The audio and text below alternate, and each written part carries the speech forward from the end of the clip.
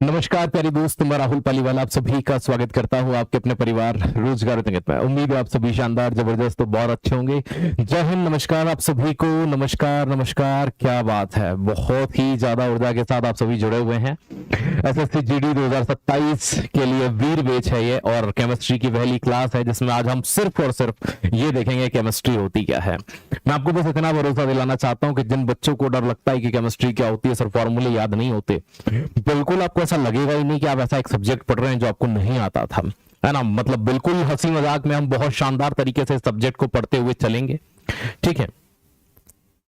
Sound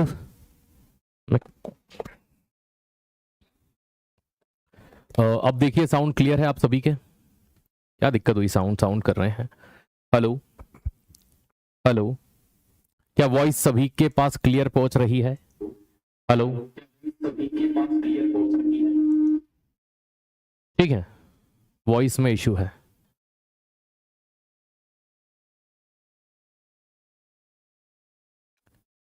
hello, एक minute है ना।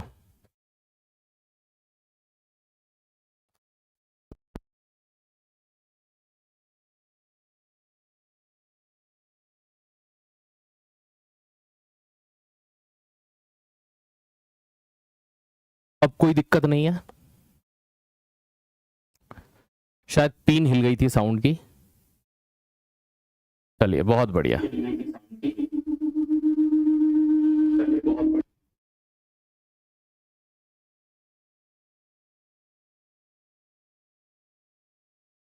हेलो हेलो, अब क्लियर है? अब तो कोई प्रॉब्लम नहीं है? अब क्लियर है? अब तो कोई प्रॉब्लम नहीं है?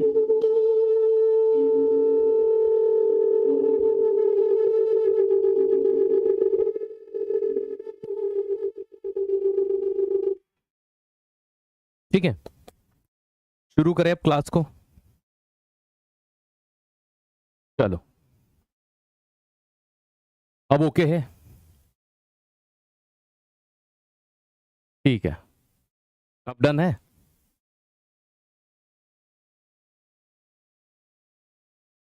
Very good. तो चलिए आज की क्लास को शुरू करते हैं। सभी को नमस्कार एक बार पुनः। आप सभी को अब कोई दिक्कत नहीं हो रही है तो इस क्लास को हम शुरू करने वाले हैं प्यारे साथी, और बात करते हैं। आज सामान्य परिचय होने वाला है, इंट्रोडक्शन होने वाला है। और प्यारे साथी, जब हम बात करते हैं कि केमिस्ट्री के सामान्य परिचय की, तो मैं आपसे ये कहने वाला था कि जो आपको इस सब्जेक्ट को लेकर के डर होता है, तो आप किसी प्रकार का डर आपको नहीं होगा। क्यों नहीं होगा? क्योंकि हम बहुत ही ट्रिक के माध्यम से इन सब चीजों को पढ़ेंगे और प्यारे साथी धीरे धीरे इन चीजों को कवर करते हुए आगे बढ़ते चलेंगे। देखो, सबसे पहले जब हम इस वीर बैच के बारे में आपसे बात करते हैं तो 3 दिन आपके डेमो होने वाले हैं। वीर बैच फ्री 10 गाइडेड सीरीज आपको यह सेशन मिलने वाले हैं अंकित भाटी सर के द्वारा, सफलता के 10 सूत्र, और ये बिल्कुल फ्री रहने वाले हैं। तो ये 10 सूत्र क्या होंगे ये सर आपको बताएंगे बहुत जल्द, है ना। प्यारे साथी, अगर हम बात करें इस वीर बैच 2027 की, तो 15, 16 और 17 ये जो 3 तारीख होने वाली है ना, 15 तारीख, 16 तारीख और 17 तारीख, ये 3 दिन आपको डेमो यहां पर चलने वाले हैं। तो प्यारे साथी, अभी ये जो बैच है 799 का है, लेकिन कूपन कोड GD20 अगर आप लगाएंगे तो ये 639 का हो जाएगा, है ना। 6, 3 और 9 का हो जाएगा 20% ऑफ। क्या क्या चीजें मिल रही हैं? Live classes, doubt group, class note, mock test और एक्सपीरियंस टीचर हैं सभी आपके साथ में। प्यारे दोस्त, यदि हम यहां पर बात करें तो आज 3 दिन ये क्लासेस आपके यूट्यूब चैनल पर 15, 16 और 17 को चलने वाली हैं। उसके बाद ये एप्लीकेशन के ऊपर शिफ्ट हो जाएगी। मतलब फिर ये लगातार आप एप्लीकेशन के ऊपर देखेंगे और हमारे साथ बने रहेंगे। अब बात आती है कि आप इसे कैसे बाय नाउ कर सकते हैं।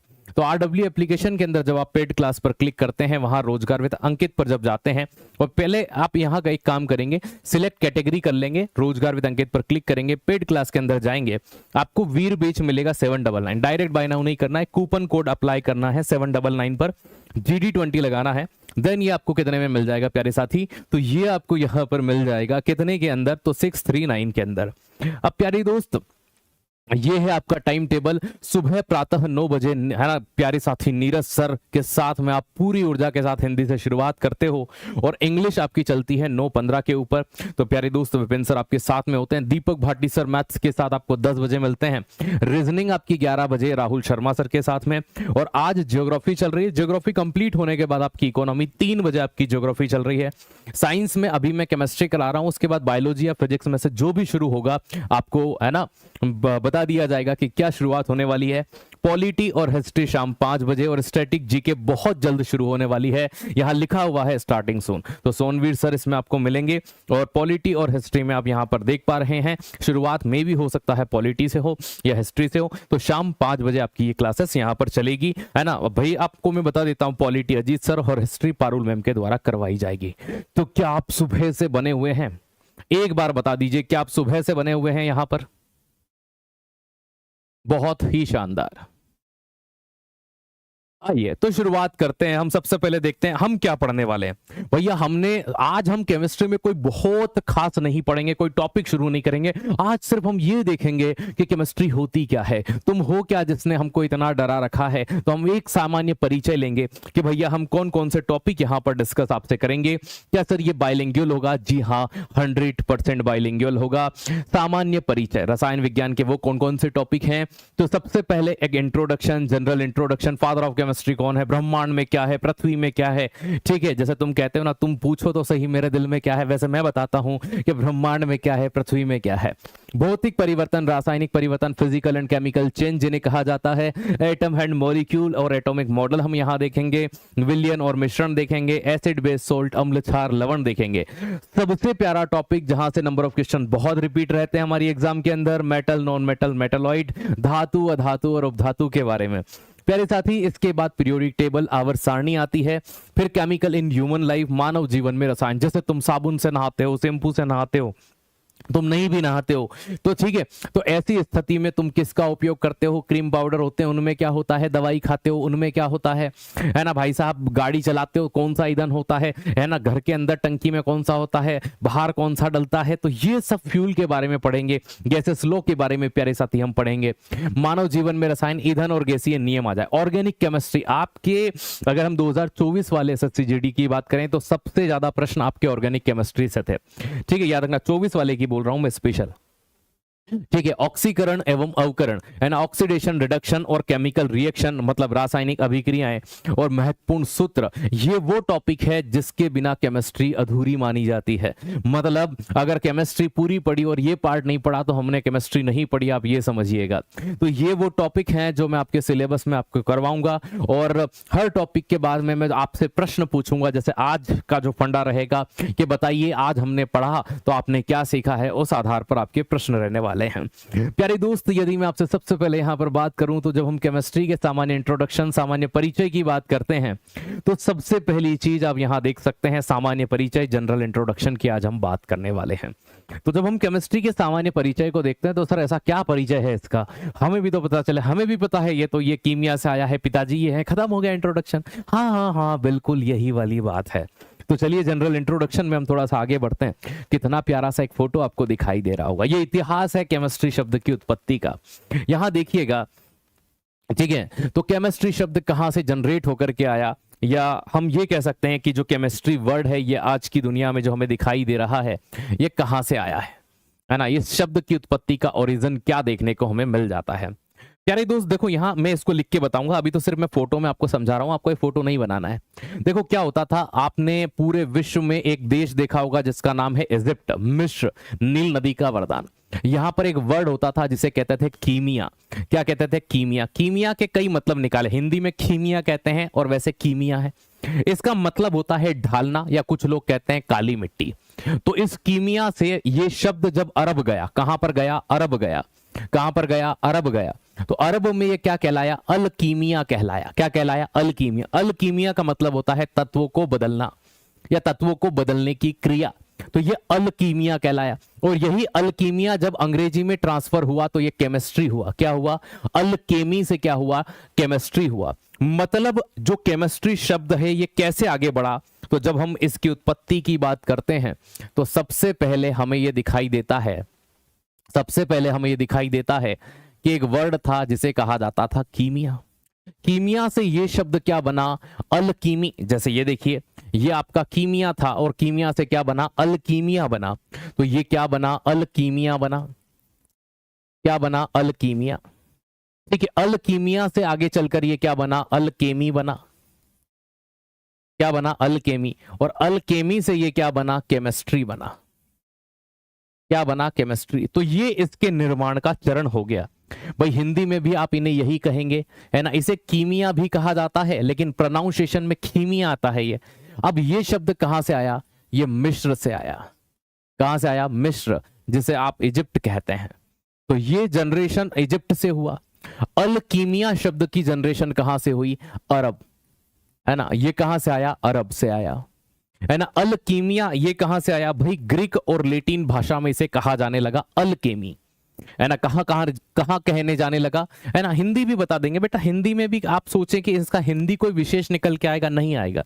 आप इसे शुद्ध हिंदी में भी मुझसे लिखवाएंगे तो मैं इसे यही लिखूंगा, अलकीमिया। ठीक है, तो जो आप इंग्लिश में पढ़ रहे हो ना, वही यहां पर आएगा। ठीक है, इसे आप यही कह सकते हैं कीमिया, है ना, या खीमिया, या इसे कहेंगे अलकेमी। तो मुझे लगा था शायद जो हिंदी इंग्लिश में सेम शब्द है, और इसे कहेंगे आप रसायन विज्ञान। तो ये लीजिए, जो हिंदी हिंदी कर रहे हैं, हिंदी में कोई विशेष अंतर नहीं आएगा यहां, है ना। ये एक विशेष चरण रहा। तो पहले हम क्या कहते थे? पहले हम कीमिया कहते थे, फिर हम क्या कहने लगे? अल्कीमिया कहने लगे, फिर हम अल्केमी कहने लगे। क्या कहने लगे? अल्केमी। और अल्केमी के बाद आज वर्तमान में जो चल रहा है वो क्या है? केमिस्ट्री है। तो भाई ये एक चरण है, ये एक सीक्वेंस है इस शब्द की उत्पत्ति का। अब आपके माइंड में आ रहा होगा, सर हमें क्या याद रखना है? हमें ये दो याद रखना है। केमिस्ट्री शब्द की उत्पत्ति कहां से हुई? कीमिया से हुई। और वर्तमान में हम इसे केमिस्ट्री कहते हैं। हम कह देते हैं रसायन का अध्ययन, स्टडी ऑफ केमिकल।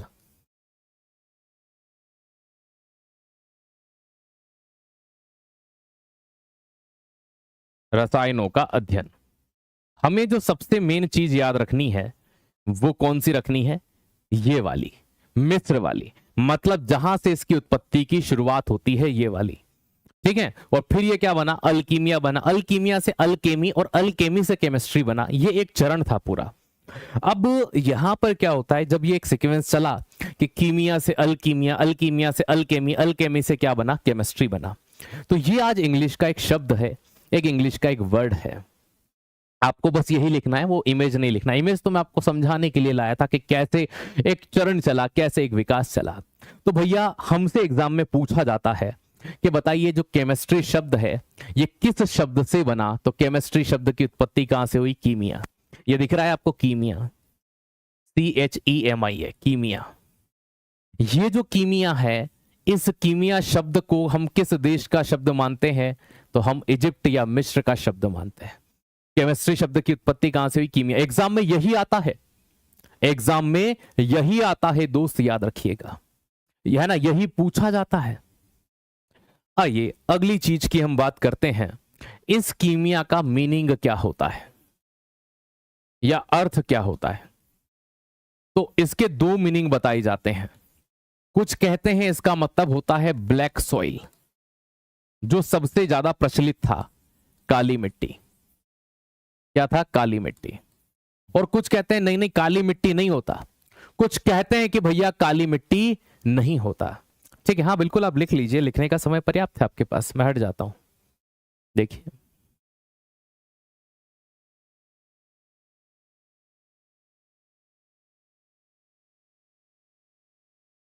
चलो बैकग्राउंड आज तो नहीं, कल चेंज कर लेंगे, स्काई ब्लू कर लेंगे। ठीक है, अगर इसमें दिक्कत है कल कर लेंगे, कोई दिक्कत नहीं। ठीक है, तो कहां से उत्पत्ति हुई? सीधा पूछा जाता है, केमिस्ट्री वर्ड कहां से आया? कीमिया। कीमिया कौन से देश का शब्द है? किस देश से इसकी उत्पत्ति मानी जाती है? तो याद रखिएगा, इजिप्ट से या मिस्र से इसकी उत्पत्ति मानी जाती है। ठीक है प्यारे दोस्त, इसका मीनिंग क्या निकाला जाता है? ब्लैक सॉइल निकाला जाता है। अब बात इससे थोड़ी सी आगे बढ़ाते हैं। सर रसायन, ये अपना शुद्ध देसी हिंदी का शब्द है, रसायन कोई दिक्कत नहीं है ना। केमिस्ट्री हिंदी का शब्द हो गया। अब यहां से थोड़ा हम आगे बढ़ते हैं, तो एक चीज हमारे मन मस्तिष्क में आती है, ये चाचा। ठीक है, आज जो आप कहते हो ना, हमें ये इनकी देन है।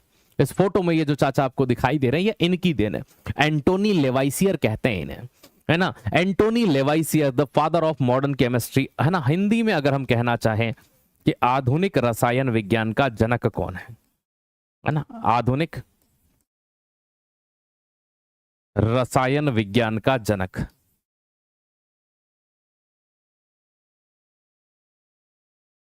कौन है? एंटोनी लेवाइसियर। तो आधुनिक रसायन विज्ञान के जनक एंटोनी लेवाइसियर हैं, और ये जो फोटो में दिखाई दे रहे हैं यही वो व्यक्ति हैं, ये जो दिखाई दे रहे हैं यही वो व्यक्ति है। सर ये तो अलग अलग है, ये जवानी का है, ये बुढ़ापे का, ये जवानी का फोटो है, ये थोड़ा सा बुढ़ापे का फोटो है ना। ये मत समझना ये चाचा तो यंग लग रहे हैं, ये अलग लग रहे हैं, दोनों एक ही हैं, दोनों एक ही हैं। आधुनिक रसायन विज्ञान के जनक किसे कहा जाता है? एंटोनी लेवाइसियर को कहा जाता है। तो आधुनिक रसायन विज्ञान के जनक के तौर पर हम किसे जानते हैं?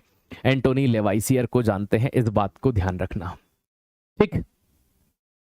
अब यहां से आगे बढ़ते हैं थोड़ा सा, तो एक चीज और उत्पन्न होती है, एक चीज और नजर आती है, ठीक है, कि देखो अगर ये पिताजी हैं, है ना, केमिस्ट्री के यदि ये पिताजी हैं तो इन्होंने कुछ ना कुछ तो किया होगा। जैसे अपने इसमें होता ना, पिताजी कब होते? बच्चे होते हैं। अब बच्चे हैं मतलब भाई सीधी सी बात है, उनकी संतान है तो बच्चे हैं, तो वो पिताजी बने, तो इन्होंने भी कुछ ना कुछ योगदान दिया होगा, कुछ किया होगा। अब यहां जब हम देखते हैं कि भाई the father of modern chemistry हम किसे कहते हैं? एंटोनी लेवाइसियर को कहा जाता है।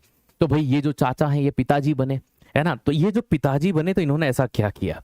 भाई यहां देखना, ये इनकी पुस्तक थी, है ना। एंटोनी लेवाइसियर की एक बड़ी फेमस बुक है, एक बड़ी है ना फेमस पुस्तक है। उस पुस्तक का क्या नाम है ना। इस किताब में पहली बार केमिस्ट्री के तत्वों को इन्होंने लिखा, एलिमेंट ऑफ केमिस्ट्री।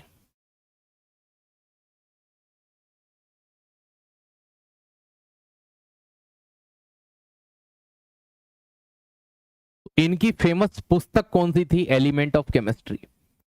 इस पुस्तक में पहली बार तत्वों का विस्तृत रूप से अध्ययन किया, उनका वर्गीकरण किया, और उनके बाद इसके पहले लोग ये समझते थे जादू होता है, जैसे पानी, पानी भाई एक ही चीज ऐसा मानते थे। इन्होंने कहा नहीं नहीं, हाइड्रोजन ऑक्सीजन से बना है ना। इन्होंने कई चीजें बताई, जैसे ऑयल ऑफ विट्रियोल, भाई साहब जादू का तेल बोलते थे जिसे, है ना, नकली तेल बोलते थे। सल्फ्यूरिक एसिड, इन्होंने बाद में कहा वो H2SO4 होता है। इन्होंने लोगों का भ्रम तोड़ा कि जिन्हें तुम जादू समझते हो वो जादू नहीं है। आज आप सोचते हो ना इंडिया के अंदर ये ऐसा होता है, इन्होंने सोडियम से आग लगा दी है, ये कर दिया, आज आप धीरे धीरे थोड़ा बहुत समझने लगे हो। ऐसा ऐसा नहीं है, अपने यहां ही था, विदेशों में भी चलता था। तो इन्होंने बताया लोगों को कि भाई ऐसा ऐसा होता है। तो इनकी एक पुस्तक फेमस हुई, एक बुक फेमस हुई, जिसे हम क्या कहते हैं? एलिमेंट ऑफ केमिस्ट्री कहते हैं। यह पुस्तक आप देख पा रहे हो। दूसरी बात, इन्होंने एक नियम दिया, एक लॉ दिया, जिसे कहते हैं द्रव्यमान संरक्षण का नियम। क्या कहते हैं? द्रव्यमान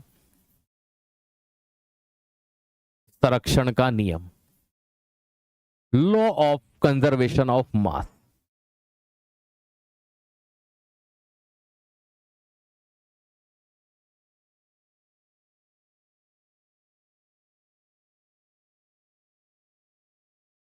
द्रव्यमान संरक्षण का नियम क्या कहता है? ये द्रव्यमान संरक्षण का नियम बाबू, तो देखो समझना, ठीक है। द्रव्यमान संरक्षण, देखो मुझे एक बात बताइए, हमारे पास में जैसे मैं ये दो पत्ते लेके आया हूं आपके लिए, ये एक है, ये दो है, समझ पा रहे हो? अगर मैं इन दोनों को मिला दूं तो टोटल कितने हो गए? कितने हो गए टोटल? बेटा पुस्तक का नाम तो हिंदी और इंग्लिश में सेम ही रहता है ना। आप जैसे अगर आप द विंग्स ऑफ फायर किसकी पुस्तक है, तो आप इसका हिंदी ट्रांसलेट थोड़ी करते हो। किताबों के नाम हिंदी और इंग्लिश में सेम होते हैं, व्यक्ति के नाम हिंदी और इंग्लिश में सेम होते हैं। जैसे मेरा नाम राहुल है, अब मैं इंग्लिश में लिखूंगा तो नाम का अर्थ थोड़ी बदल जाएगा, राहुल ही रहेगा। तो पुस्तक या व्यक्ति के नाम हिंदी में नहीं बदलते। तो ये कितने हो गए भैया? दो हो गए। बस सेम टू सेम इनका भी यही कहना था, इनका भी यही कहना था कि जैसे आप रासायनिक अभिक्रिया में, है ना, द्रव्यमान को न तो उत्पन्न किया जा सकता है न ही नष्ट किया जा सकता है, तो किसी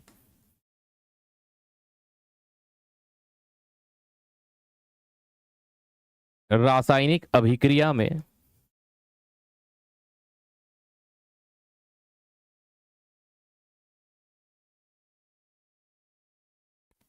द्रव्यमान को न तो उत्पन्न किया जा सकता है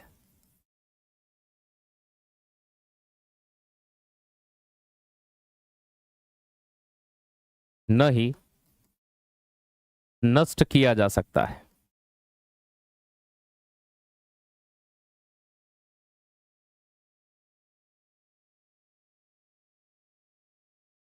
इन chemical reaction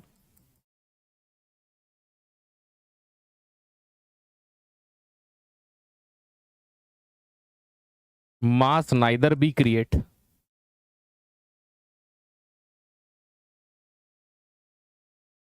nor be destroyed। ये सर मतलब समझ नहीं आया। देखो और प्यारा एग्जांपल देता हूं, है ना, जिनको समझ नहीं आया वो समझेंगे, और जिनको नहीं आया वो समझेंगे, और जिनको आया वो भी समझेंगे। अब समझो, द्रव्यमान संरक्षण का नियम, केमिकल रिएक्शन, द्रव्यमान को ना तो उत्पन्न किया जा सकता है, नहीं नष्ट किया जा सकता है। हमको एक बात बताइए, जैसे ये समझिए, ठीक है, मेरे पास में इसमें 1 लीटर पानी है। अब ये मत बोलना नहीं आता है, मानना है आपको, 1 लीटर पानी, इसमें 1 लीटर दूध है। मैं इन दोनों को मिला लेता हूं तो बताओ टोटल क्वांटिटी कितनी हो गई? 1 लीटर पानी में 1 लीटर दूध मिलाने पर टोटल क्वांटिटी कितनी हो गई बताओ? तो आप कहोगे सर 2 लीटर हो गई।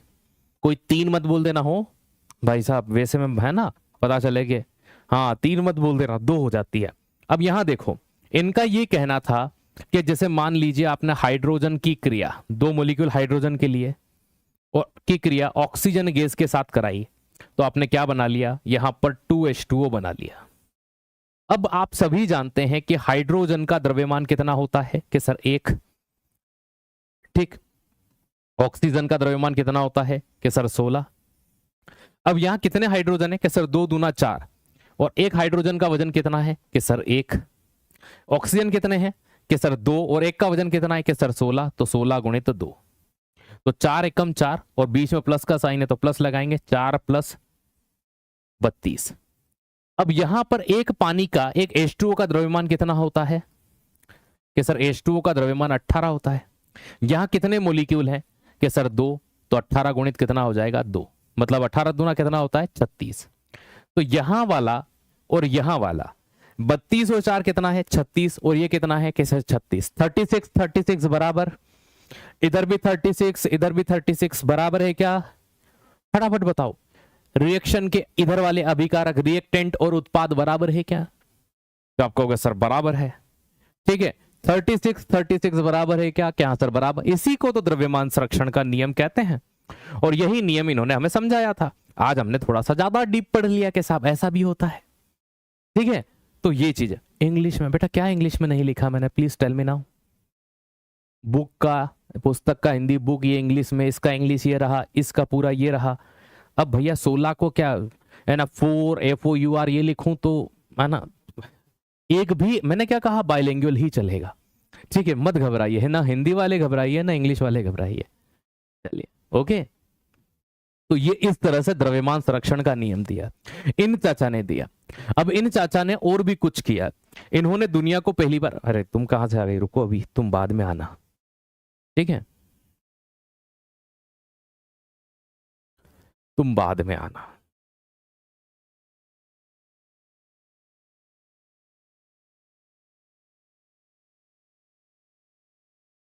ठीक है,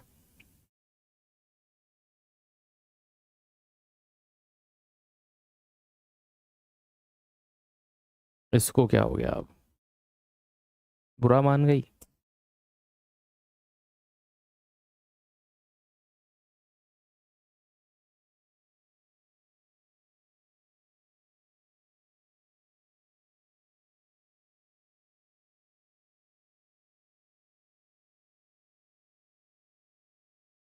चलो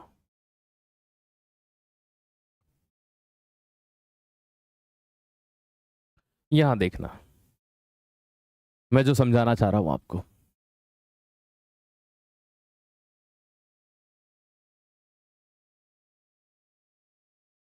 इन्होंने कुछ नामकरण किए,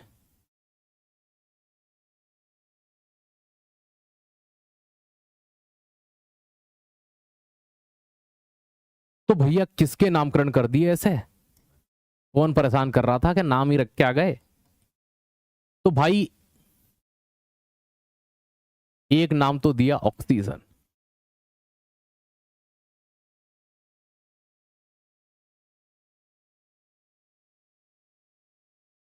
और एक नाम दिया हाइड्रोजन। सीधा प्रश्न आता है, ऑक्सीजन और हाइड्रोजन का नाम किसने रखा? तो ऑक्सीजन और हाइड्रोजन नामकरण इन्होंने किया। ठीक है, ऑक्सीजन नाम भी किसने दिया? इन्होंने ही दिया। और हाइड्रोजन नाम भी किन्होंने दिया? इन्होंने ही दिया। अब ऑक्सीजन नाम का मीनिंग क्या होता है? अर्थ क्या होता है? ऑक्सीजन नाम का मीनिंग जो होता है, मेन जो अर्थ निकलता है, वो निकलता है एसिड फॉर्मेशन।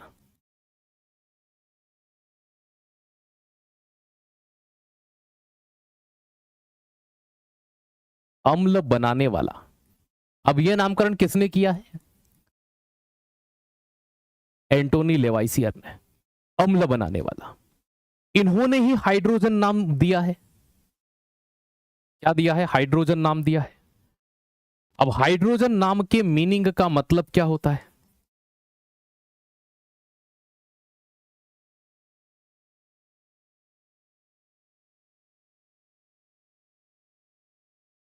जल बनाने वाला।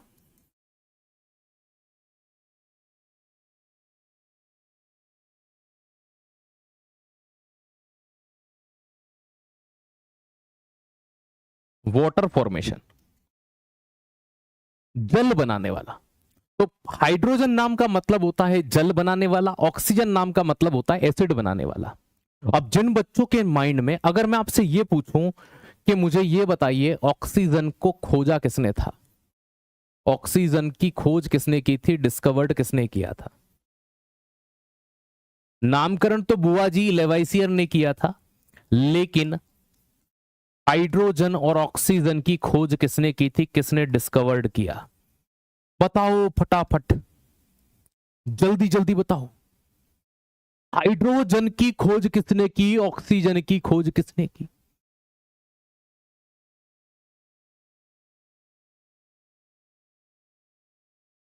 बताइए। हाइड्रो देखो, ऑक्सीजन नाम का मतलब होता है अम्ल बनाने वाला, एसिड फॉर्मेशन। है ना। हाइड्रोजन का मतलब होता है जल बनाने वाला।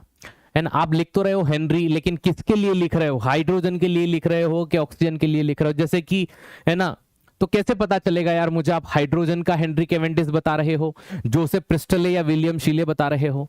ठीक है, मुझे कैसे पता चलेगा कि आप किसका जवाब क्या दे रहे हो? आप ऐसे लिखोगे ना, हाइड्रोजन के खोजकर्ता ये हैं। क्या बात है, क्या बात है, क्या उत्तम विचार हैं आपके। अरे पूरा लिखो।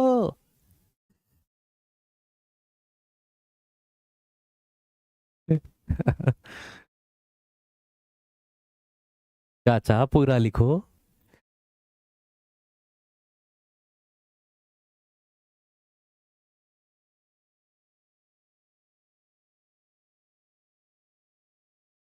चलो, हाइड्रोजन के खोजकर्ता Henry Cavendish.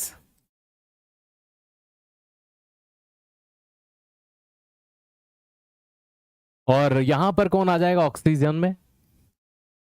Joseph Presley and William शीले। दो नाम आते हैं ना।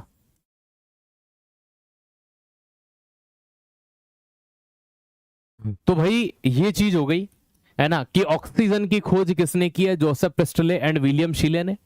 और हाइड्रोजन की खोज किसने की है? Henry Cavendish. तो हेनरी केवेंडिस हाइड्रोजन के खोजकर्ता हो गए भाई। और आपके ऑक्सीजन के कौन हो गए? जोसेफ प्रिस्टले और विलियम शीले हो गए। बिल्कुल बेसिक सी, कोई विशेष चीज नहीं, कोई इतनी खतरनाक। इन भाई साहब ने ही दुनिया को यह बताया, किसने? लेवाइसियर ने। ठीक है, किसी का दहन कहो, कंबंशन। ठीक है, दहन का मतलब क्या होता है? जो घर में चुगली करे वो बहन। ठीक है, और जो ऑक्सीजन की उपस्थिति में जले वो दहन। ठीक है, burn in presence of O2।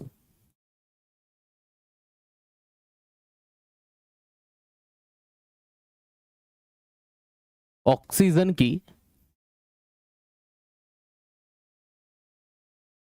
उपस्थिति में जलना। इन्होंने दुनिया को बताया, इन्होंने दुनिया को यह बताया कि आग लगाने के लिए कोई चमत्कार नहीं होता। ठीक है, आग लगने के लिए क्या चीज जरूरी है? ऑक्सीजन। कहने का मतलब कोई भी चीज जलती है तो वहां आग लगाने के लिए ऑक्सीजन चाहिए। ठीक है, तो दहन मतलब कंबंशन की यदि हम बात करें, burn in presence of O2, कोई भी चीज जब ऑक्सीजन की उपस्थिति में जलती है तो उसे क्या कहते हैं? दहन कहते हैं, इंग्लिश में कंबंशन कहते हैं, और घर में चुगली कर दे उसे बहन कहते हैं। आग तो वहां भी लगती है। इन्होंने ही बताया है ना कि श्वसन या जो रेस्पिरेशन होता है,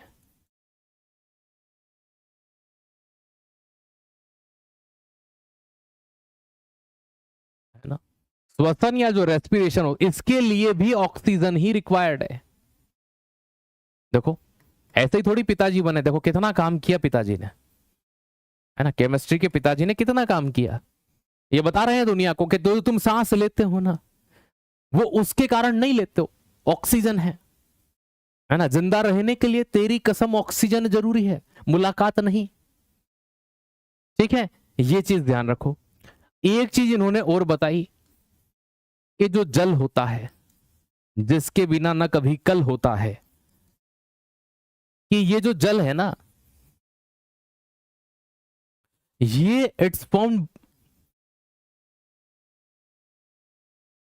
फॉर्मेशन ऑफ वाटर,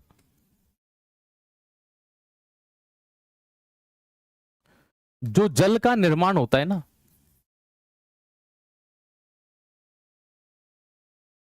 ये दो घटक से मिलकर होता है। एक ऑक्सीजन,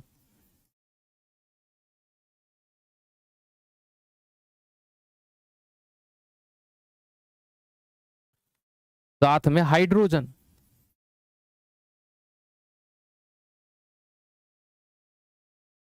जब इन्होंने ये चीज बताई तब तक किसी को पता थोड़ी था कि पानी का फॉर्मूला H2O होता है। इन्हीं के बाद में पता चला कि पानी का जो फॉर्मूला होता है वो H2O होता है साहब। ठीक है, तो भाई ये चीज ध्यान रखिए, श्वसन के लिए ऑक्सीजन जरूरी है और जल बनाने के लिए भी ऑक्सीजन और हाइड्रोजन जरूरी है। तो श्वसन ऑक्सीजन है ना भैया, जल बनाने के लिए ऑक्सीजन और हाइड्रोजन, या जल ऑक्सीजन और हाइड्रोजन से मिलकर बना होता है। उसके बाद दुनिया को पता चला कि यार इसका फॉर्मूला H2O भी होता है। समझ रहे हो? अब इतनी जानकारी इनके बारे में बहुत है, एक बार वापस से फटाफट चाचा के बारे में पढ़ लेते हैं। आधुनिक रसायन विज्ञान का जनक ई फोटो में जो दिखाई दे रहे हैं एंटोनी लेवाइसियर हैं, इन्हीं को कहा जाता है। एलिमेंट ऑफ केमिस्ट्री इसकी बुक का नाम है, पुस्तक का नाम है। द्रव्यमान संरक्षण का नियम क्या कहता है? किसी रासायनिक अभिक्रिया में द्रव्यमान को न तो उत्पन्न किया जा सकता है न ही नष्ट किया जा सकता है। इन chemical reaction mass neither be create nor be destroyed.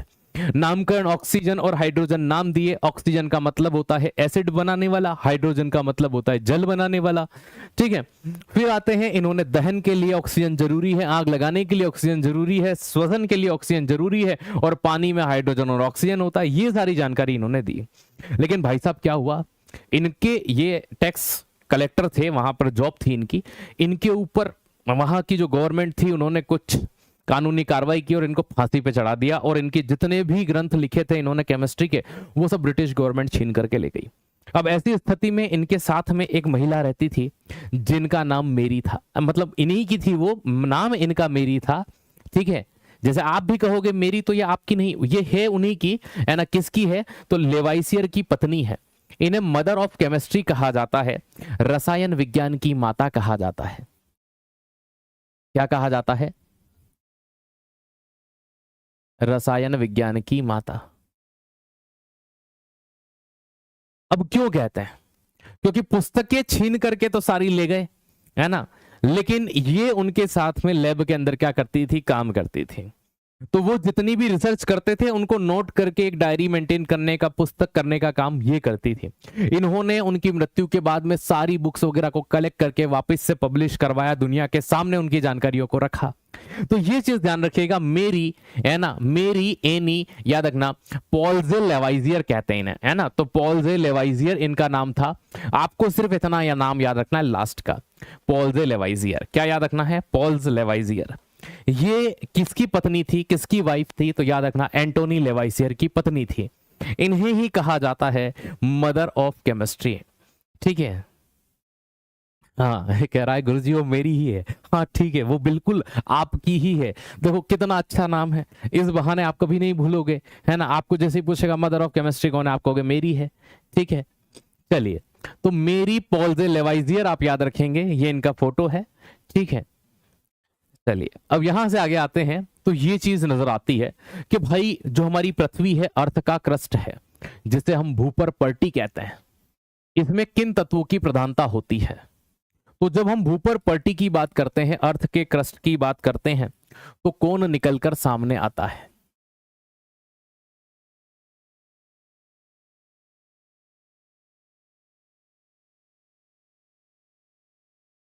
देखो भूपर पर्टी के अंदर अर्थ के क्रस्ट की जब हम बात करेंगे, तो भूपर पर्टी, देखो भूपर पर्टी क्या होता है, जब भी मैं बोलता हूं पहले नंबर पर ऑक्सीजन सर्वाधिक है सर, नाइट्रोजन बेटा वो वायुमंडल में होता है। ठीक है, तो फर्स्ट नंबर पर कौन पाया जाता है, फर्स्ट नंबर पर ऑक्सीजन, लगभग 48% के आसपास, लेकिन सही एक्यूरेट है 46.6, लगभग 47, ऑक्सीजन फर्स्ट नंबर पर। सेकंड नंबर पर अर्थ के क्रस्ट में कौन पाया जाता है, सिलिकॉन पाया जाता है।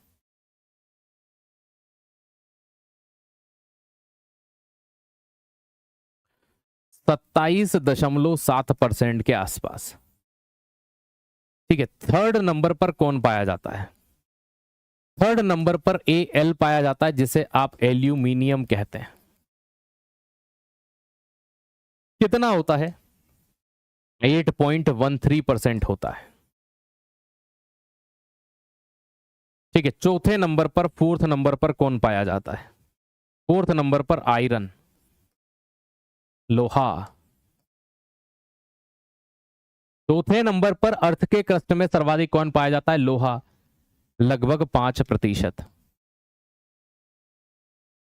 अब देखो यहां से ट्विस्ट है। ठीक है, ये आपको याद रखना है, और एक 10th नंबर पर याद रखना है कि 10वें नंबर पर सर्वाधिक, है ना। चलो अभी 4 याद रखो। ऑक्सीजन क्या होती है, अधातु होती है, नॉन मेटल।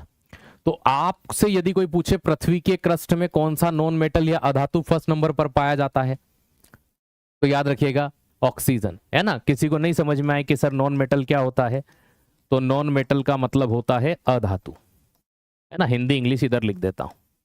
मेटल का मतलब क्या होता है, तो धातु। ठीक है, और मेटेलोइड का मतलब क्या होता है, तो मेटेलोइड का मतलब होता है उपधातु। तो ये हिंदी इंग्लिश सारे लिख दिए मैंने, किसको क्या कहते हैं।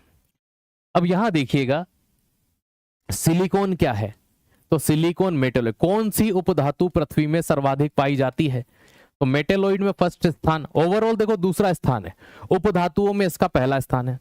अब एल्यूमिनियम मेटल है, तो यह पूछा जाता है पृथ्वी की क्रस्ट में कौन सा मेटल सर्वाधिक पाया जाता है, तो मेटल में फर्स्ट है, ओवरऑल थर्ड नंबर है, लेकिन धातु में पहला स्थान है।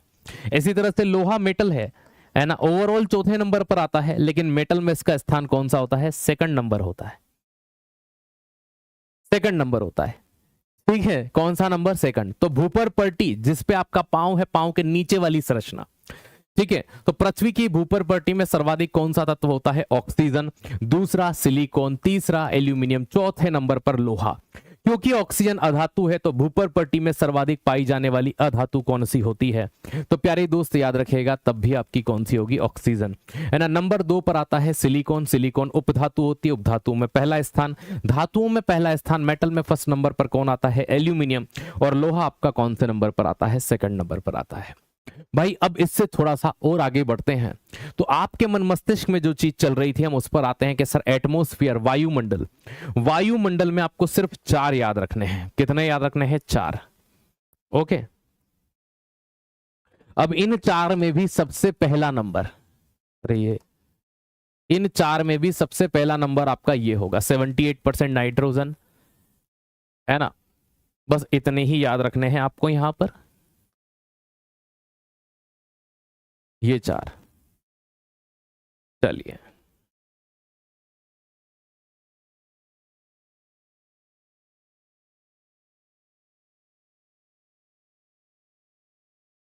एटमॉस्फेयर,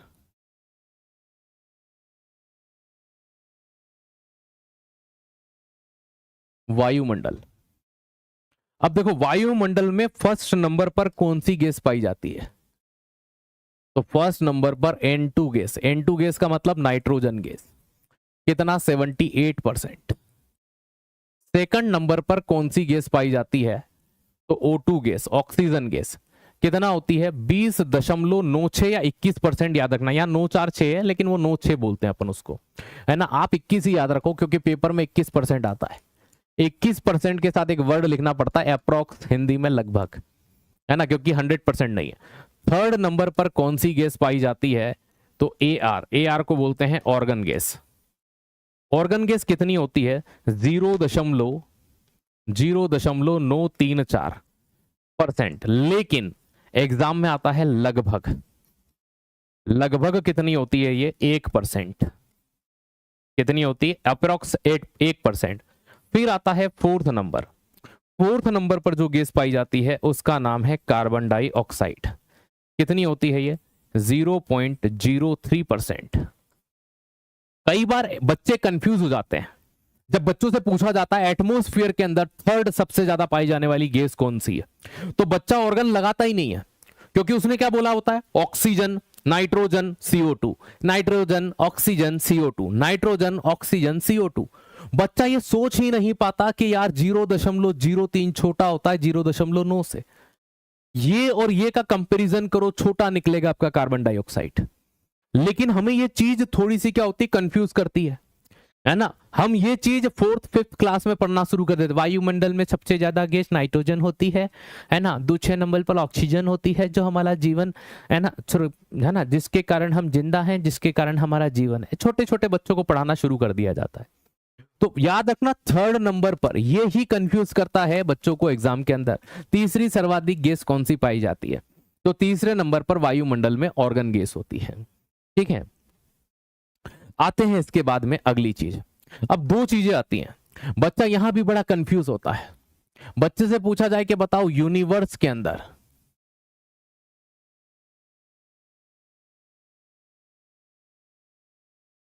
ब्रह्मांड किसका बना हुआ है, ठीक है, यूनिवर्स का कॉम्बिनेशन कैसे हुआ, है ना। और यहां पर किसी स्टार मतलब तारा, सूरज भी एक तारा है, या सूर्य। तो बच्चा यहां जवाब तो दोनों जगह पर सही देता है कि सर इन दोनों के निर्माण में सर्वाधिक जो योगदान है वो फर्स्ट नंबर पर जो है वो हाइड्रोजन का है, और सेकंड नंबर पर जो सर्वाधिक योगदान है सर वो हीलियम का है। ठीक है, यहां भी एज इट इज सही जवाब देता है कि सर फर्स्ट नंबर पर जो आता है वो हाइड्रोजन आता है, और सर सेकंड नंबर पर जो आता है वो हीलियम आता है। लेकिन जब इनके परसेंटेज से प्रश्न बनते हैं तब बच्चा गलती करता है ना। बच्चा सूरज में क्या बोलता है कि सर 92% के आसपास में हाइड्रोजन होता है और 7% के आसपास हीलियम होता है। लेकिन जब सेम चीज यूनिवर्स के ऊपर, ब्रह्मांड के ऊपर आती है तब यह परसेंटेज बदलता है।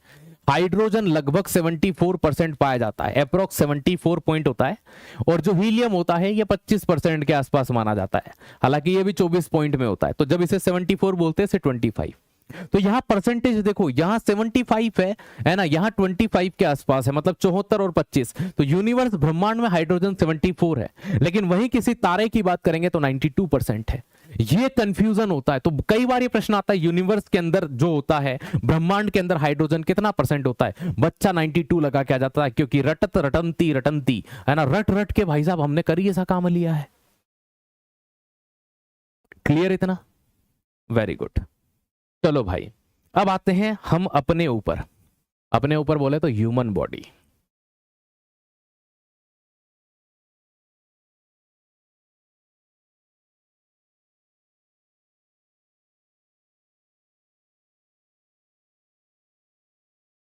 मानव शरीर,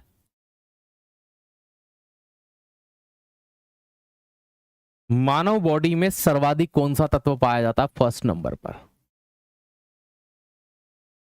सेकंड पर कौन सा होता है, थर्ड पर कौन सा होता है, फोर्थ पर कौन सा होता है, और फिफ्थ पर कौन सा होता है। मानव बॉडी में भी सबसे ज्यादा जो पाया जाता है उसका नाम ऑक्सीजन, दूसरे नंबर पर कार्बन, तीसरे नंबर पर हाइड्रोजन, चौथे नंबर पर नाइट्रोजन, पांचवें नंबर पर कैल्शियम। अब देखो ऑक्सीजन ह्यूमन बॉडी का कितना परसेंट है, लगभग 65% हिस्सा, पानी ही है इतना तो। कार्बन 18% के आसपास होता है। हाइड्रोजन हमारी बॉडी के अंदर प्यारी मोहन लगभग 10% है ना, यहां लगभग लिख रहा हूं, 9 पॉइंट के आसपास होता है, लगभग 10। नाइट्रोजन का परसेंटेज और भी कम पहुंच जाता है, 3.5 के आसपास आ जाता है लगभग। और कैल्शियम पहुंच जाता है 2% के आसपास, कितना, लगभग 2%। ठीक है, तो 2% के आसपास क्या हो जाता है, कैल्शियम। अब ट्विस्ट क्या है पता है, चाहे आप इसे लें, इसे लें, इसे लें और चाहे इसे लें, ये सब अधातु है। अब एग्जाम में जब प्रश्न आता है ना कि मानव शरीर में सर्वाधिक कौन सा तत्व पाया जाता है, धातु कौन सी पाई जाती है, मेटल, सॉरी यहां नॉन मेटल आएगा।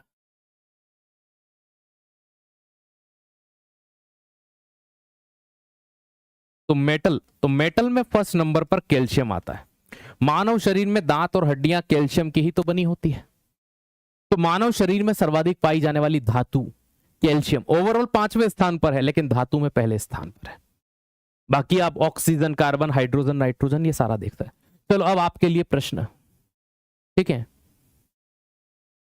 अब आपके लिए प्रश्न, पहला प्रश्न एमसीक्यू आज की क्लास का, इसके बाद हम एंड करेंगे इसको।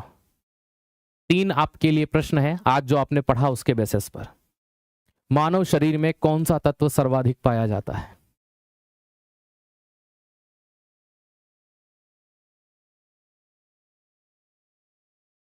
तत्व पूछा है बेटा, राइट आंसर ऑक्सीजन, ठीक है, सही जवाब है। अगला प्रश्न,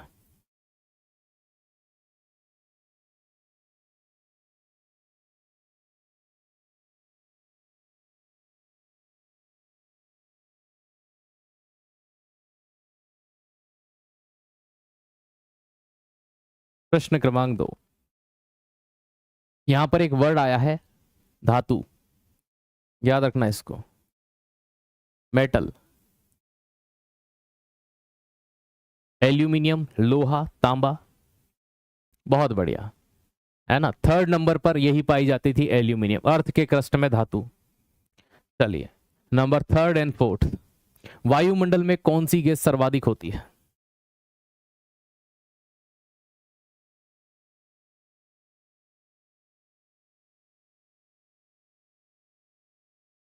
तो राइट आंसर हो जाएगा नाइट्रोजन, 78% के आसपास।